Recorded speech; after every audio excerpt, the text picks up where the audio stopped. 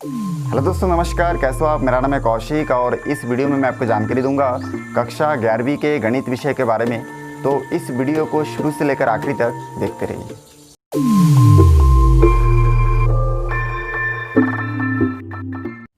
दोस्तों, इस वीडियो में मैं आपको बताऊंगा इसमें प्रश्न नंबर 5 के बारे में जानकारी दूंगा।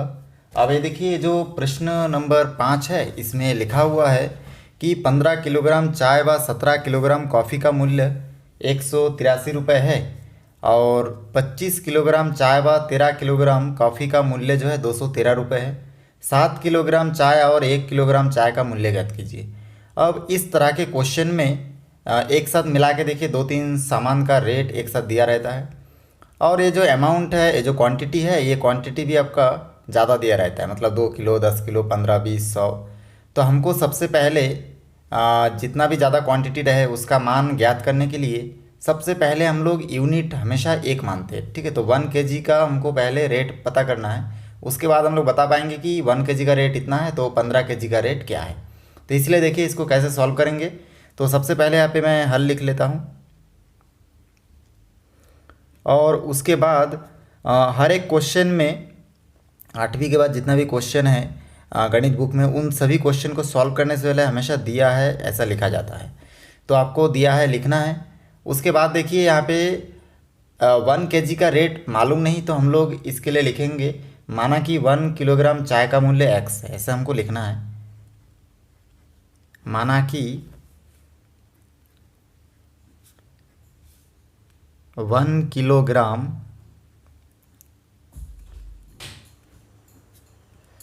चाय का मूल्य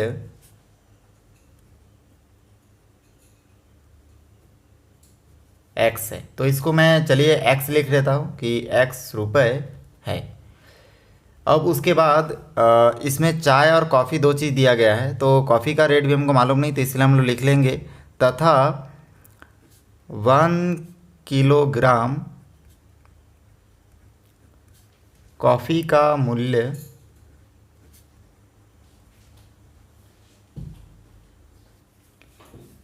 तो यहाँ पे मैं देखिए, इसको x माना तो कॉफ़ी के मूल्य को मैं y रुपये मान लेता हूँ। अब ये दो चीज़ मैं मान चुका हूँ। अब इन दोनों चीज़ों से देखिए, अब मेरे को समीकरण लिखना है। तो 1 केजी चाय का मूल्य अगर x होगा तो 15 केजी का मूल्य कितना होगा। तो हम लोग क्या करेंगे, 1 केजी का जो मूल्य है तो 15 के साथ गुना कर देंगे।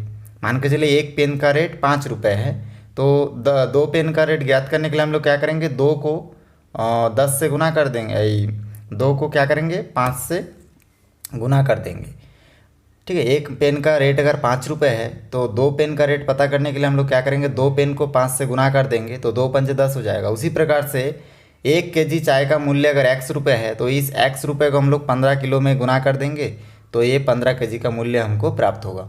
तो चलिए हम लोग इसमें इस प्रश्नानुसार इसमें हम लोग लिखेंगे। यहाँ पे हम लोग नोट कर सकते हैं, प्रश्नानुसार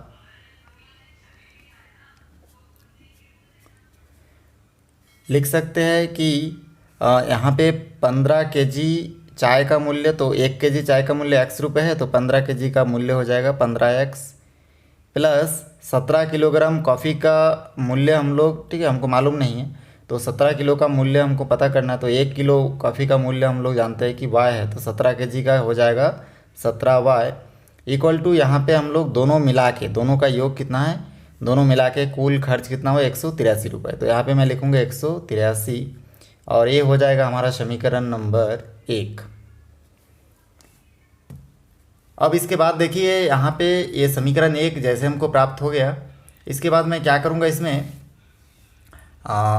इसमें तथा लिखूँगा और दूसरा स्टेटमेंट के अनुसार उसको भी नोट करूँगा। तो दूसरा जो स्टेटमेंट है वो है आपका 25 किलोग्राम चाय व 13 किलोग्राम कॉफ़ी का मूल्य 213 रुपये है।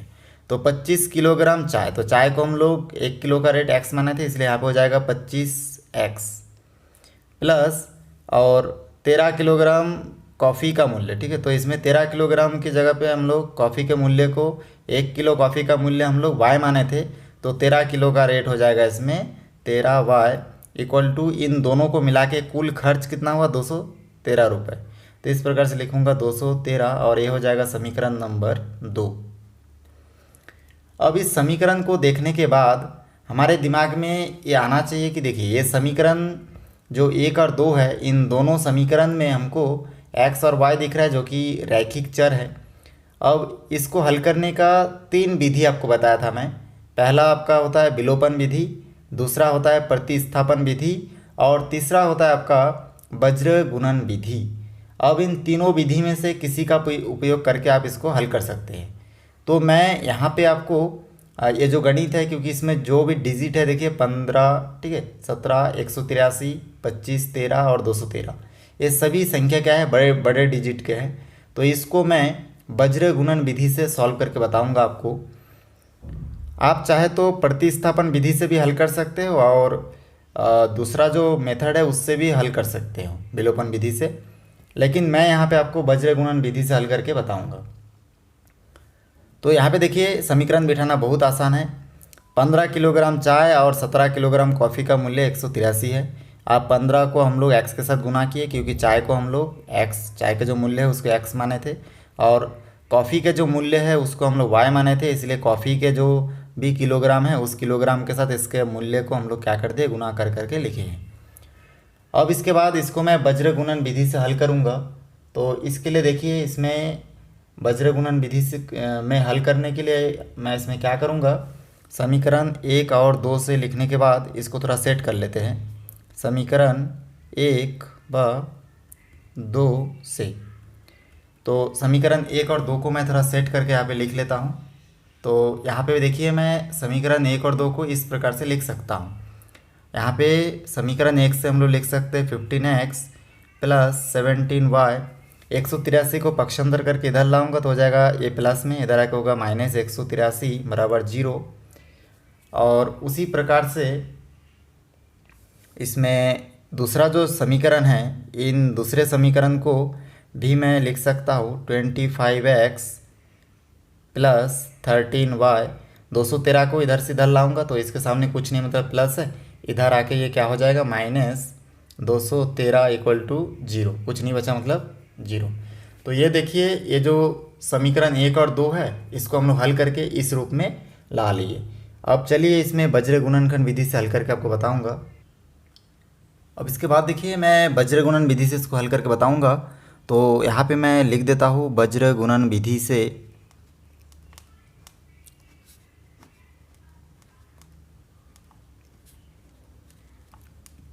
तो वज्र गुणन विधि आपको इससे पहले एक वीडियो में बताया था, ठीक है। तो इसमें क्या होता है, सबसे पहले हम लोग देखते हैं कि ये देखिए ये जो समीकरण दिया गया है, इस समीकरण में हम लोग x के टर्म में लिखते हैं। तो हम लोग यहाँ पे लिख सकते हैं x और बटे के नीचे फिर देखिए x को ले रहे तो x को छोड़ देंगे, बाकी 17 के साथ ठीक है प्लस 17 के साथ 213 का गुना होगा। तो यहाँ पे मैं लिखूँगा 17 इंटू माइनस 213, ठीक है। इसके सामने माइनस है तो माइनस को भी लेना है, फिर यहाँ पे बीच में माइनस का निशान, फिर आपका होगा 183 के साथ 13 का गुना होगा। तो मैं यहाँ पे लिख सकता हूँ 13 गुणित 183 भी लिख सकता हूँ, या फिर 183 गुना 13 भी लिख सकता हूँ। तो चलिए मैं 13 गुना माइनस 183 यहाँ पे लिख देता हूँ। देखिए बहुत आसान है। उसके बाद बराबर के निशान के बाद यहाँ पे फिर मैं y लिखूँगा और फिर से यहाँ पे y के लाइन को छोड़ के, ठीक है, तो फिर यहाँ पे गुना होगा आपका 113 की माइनस 183 के साथ 25 का और 15 के साथ 213 का। तो इस प्रकार से यहाँ पे फिर गुना कर दूंगा माइनस 183 गुना 25, और यहाँ पे माइनस के बाद फिर आपका क्या होगा, ये 15 के साथ 213 का हाँ 213 का गुना होगा। तो यहाँ पे फिर मैं लिखूँगा 15 इंटू माइनस 213। तो इस प्रकार से देखिए y वाला भी हो चुका है। उसके बाद हमको बराबर का निशान देना है और फिर 1 वाला लिखना है। तो चलिए यहाँ पे जगह कम हो रहा है तो मैं ये साइड में लिख देता हूँ बराबर, यहाँ पे लिखूँगा मैं 1 और बटे के नीचे, ठीक है, 1 मतलब खाली संख्या जिसमें कोई चर राशि नहीं है। तो इस लाइन को छोड़ के अब 15 के देखिए यहाँ पे 15 के साथ 13 का गुना होगा और 17 के साथ 25 का गुना होगा। तो यहाँ पे मैं लिख सकता हूँ 15 इंटू 13, फिर होगा माइनस के बाद 17 इंटू 25, तो यहाँ पे होगा 17 इंटू 25।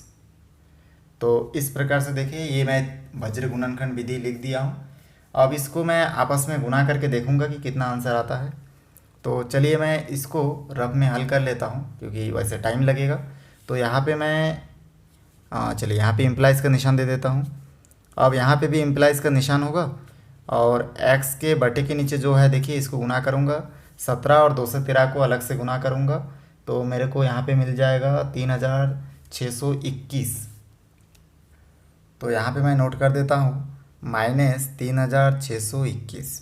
देखिए ये प्लस में और ये माइनस में, तो माइनस प्लस में माइनस होगा इसलिए माइनस का निशान यहाँ पे, और इन दोनों को गुना करने के बाद 3621 आएगा। उसके बाद देखिए ये माइनस और ये अंदर भी माइनस है तो माइनस माइनस में हो जाएगा आपका प्लस, और 13 और 183 को मैं गुना करूँगा तो मेरे को मिलेगा 2379।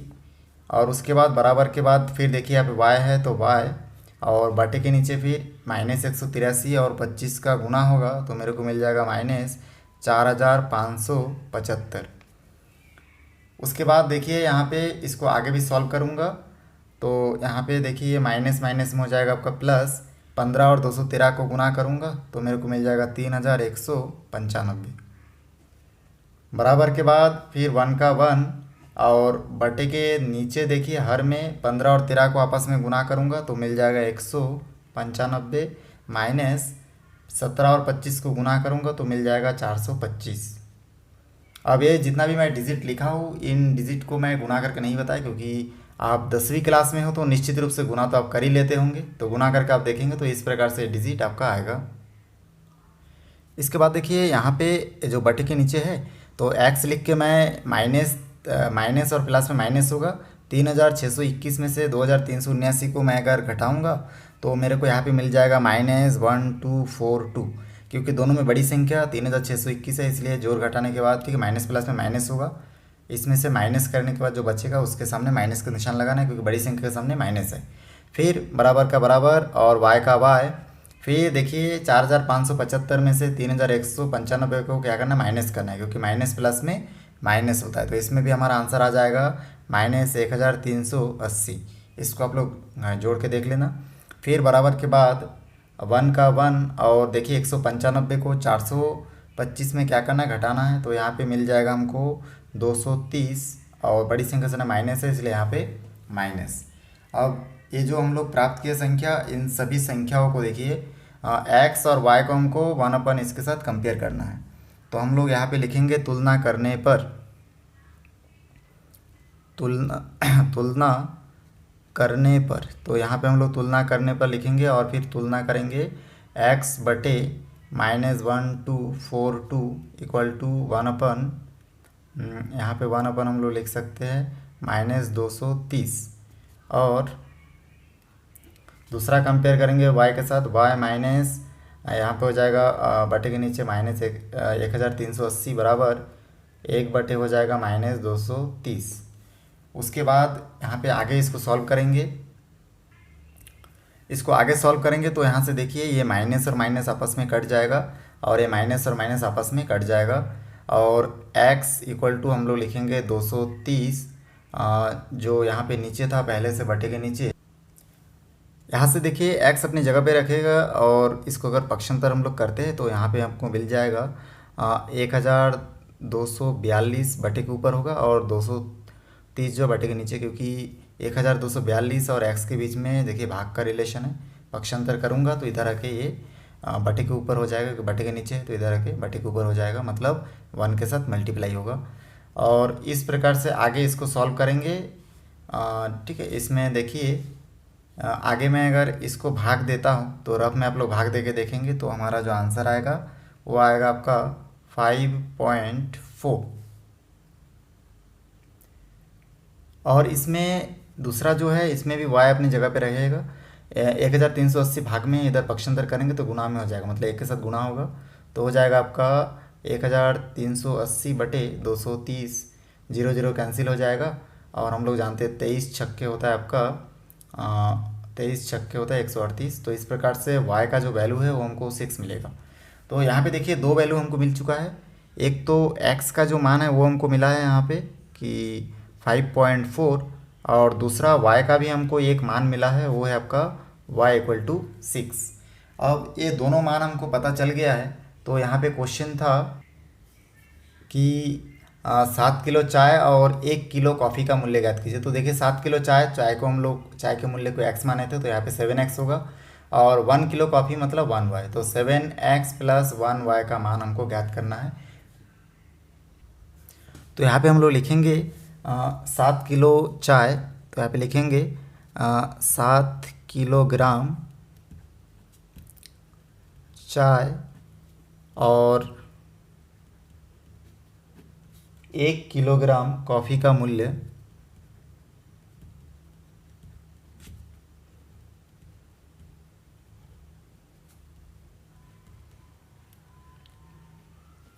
तो देखिए अब इसका मूल्य क्या होगा, इसको हम लोग लिख सकते हैं 7। अब चाय को x माने थे, उसका मूल्य को तो 7x प्लस 1 किलोग्राम चाय मतलब कॉफ़ी मतलब हम लोग लिख सकते हैं 1y, तो खाली y लिख सकते हैं।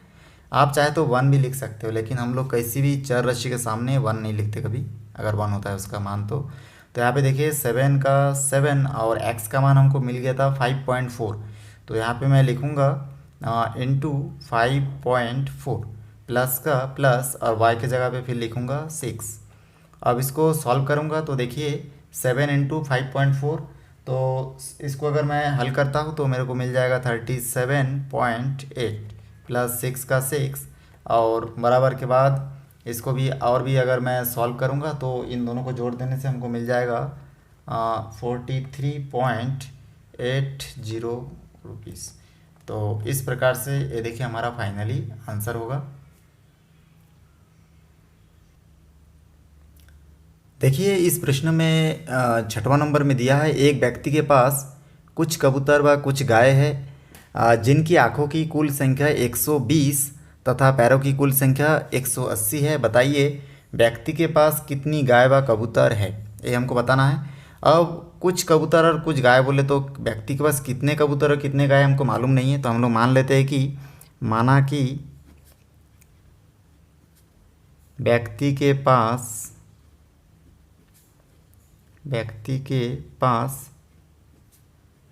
x कबूतर, ठीक है, कबूतर की संख्या को x मान लेते हैं, तथा y, ठीक है, गाय है, ऐसा करके हम लोग मान लिए। अब ये देखिए इतना मानने के बाद इसमें से हमको समीकरण बनाना है। तो समीकरण बनाने के लिए हम लोग यहाँ पे लिख सकते हैं, प्रश्नानुसार मैं यहाँ पे लिखूँगा, और आप डिटेल्स में लिखना चाहते तो और भी लिख सकते हैं, लेकिन मैं डायरेक्ट यहाँ पे प्रश्नानुसार अब यहाँ पे नोट करते जाऊँगा समीकरण को। तो देखिए यहाँ पे एक व्यक्ति के पास इतना हम लोग मान लिए कि कबूतर की संख्या x है और गाय की संख्या y है, जिनकी आँखों की कुल संख्या 120 है, मतलब x और y जो है इन दोनों का आँखों की संख्या 120 है। तो हम लोग ऑलरेडी पहले से जानते हैं कि जो कबूतर है उनके पास, ठीक है, कबूतर x है तो एक कबूतर के पास 2 आँख होता है, तो इसलिए हो जाएगा 2x, और एक गाय के पास भी 2 आँखें होती है, इसलिए ये हो जाएगा 2y इक्वल टू दोनों का आँखों की जो कुल संख्या 120 है, तो ये हो जाएगा 120। तो 120 मैं बराबर में 120 लिखा है। देखिए x मतलब इसमें कबूतर की संख्या और y मतलब गाय की संख्या। तो हम लोग जानते हैं कि अब इसमें 120 जो है ये आँखों की संख्या है, तो हम लोग जानते हैं कि गाय के पास भी 2 आँख होता है और कबूतर के पास भी हमारा 2 आँखें होती है और गाय के पास भी 2 आँखें होती है, इसलिए इन दोनों का योग बराबर 120। ये हमारा समीकरण नंबर 1 बन चुका है, तो इसको मैं समीकरण 1 दे देता हूँ। अब इसी क्रम में आगे मैं लिखूँगा, तथा अब समीकरण 2 लिखेंगे। देखिए आगे का पढ़ते हैं हम लोग, स्टेटमेंट लिखा हुआ तथा पैरों की कुल संख्या 180 है। तो हम लोग इसमें जानते हैं कि जो कबूतर की संख्या हम लोग x माने थे, अब कबूतर के पास 2 टांग होती है, तो इसलिए हम लोग यहाँ पे लिखेंगे 2x प्लस, लेकिन जो गाय होती है गाय के पास 4 टांगे होती है, मतलब 4 पैर होती है उसकी, तो इस प्रकार से यहाँ पे हो जाएगा 4y, और दोनों का जो पैरों का जो यह संख्या है वो कितना 180 है, तो बराबर में हम लोग 180 लिखेंगे, और ये हो जाएगा समीकरण 2। बहुत आसान है, 2 अलग अलग चीज़ दिया गया है, एक को x मानना है, एक को y मानना है। उसके बाद हम लोग क्या करेंगे, उनकी जो संख्या बराबर के बाद लिखेंगे। तो इस प्रकार हमारा समीकरण बन चुका है। अब इन दोनों समीकरण को हल करने के लिए हम लोग या तो विलोपन विधि का उपयोग कर सकते हैं, या फिर प्रतिस्थापन विधि का उपयोग कर सकते हैं, या फिर वज्र गुणन विधि का भी उपयोग कर सकते हैं। तो चलिए मैं इसमें अभी आपको दूसरा विधि का उपयोग करके बताऊंगा। तो इसमें मैं चलिए आपको प्रतिस्थापन विधि का उपयोग करके बताता हूं। तो प्रतिस्थापन विधि में मैं क्या करूंगा, समीकरण 1 से कोई मान निकालूंगा और समीकरण 2 में रखूंगा और इस प्रकार से मान ज्ञात करके आपको बताऊंगा। तो चलिए देखते रहिए। और प्रतिस्थापन विधि में देखिए क्या होता है कि समीकरण 1 से मैं मान निकाल सकता हूँ या फिर 2 से भी, एकदम फ्री हो आप, 1 से भी मान निकाल सकते हैं या फिर 2 से भी मान निकाल सकते हैं। तो यहाँ पे मैं आपको समीकरण 1 से मान निकालूंगा। तो यहाँ पे मैं लिखूंगा समीकरण 1 से x का मान निकालने पर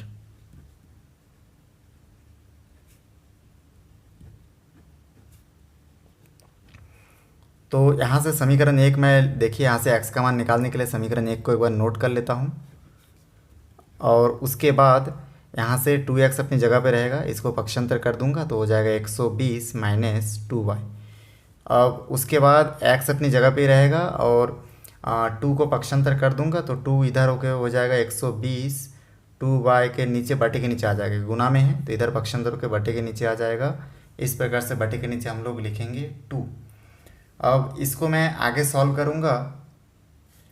यहाँ से मैं देखिए इसको आगे सॉल्व करूँगा तो हो जाएगा यहाँ से x इक्वल टू, देखिए बटे के ऊपर जो संख्या है इसमें से मैं 2 को कॉमन ले लूँगा तो यहाँ पे बचेगा 60 माइनस 2y में से 2 को कॉमन ले लिया तो y बचा और बटे के नीचे भी 2 बचा। अब ये 2 और 2 कैंसिल हो जाएगा। इस प्रकार से x का जो मान मिलेगा हमको 60 माइनस y।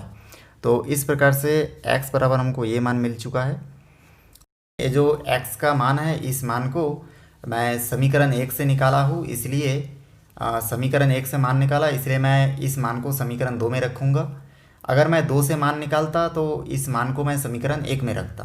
तो इस प्रकार से समीकरण 1 में हमको अभी मान रखना है, समीकरण 2 में मान रखना है, क्योंकि हम लोग समीकरण 1 से x का मान निकाले हैं। तो यहाँ पे देखिए मैं समीकरण 2 में मान रख चुका हूँ। यहाँ पे 2x plus 4y equal to 180 था समीकरण 2।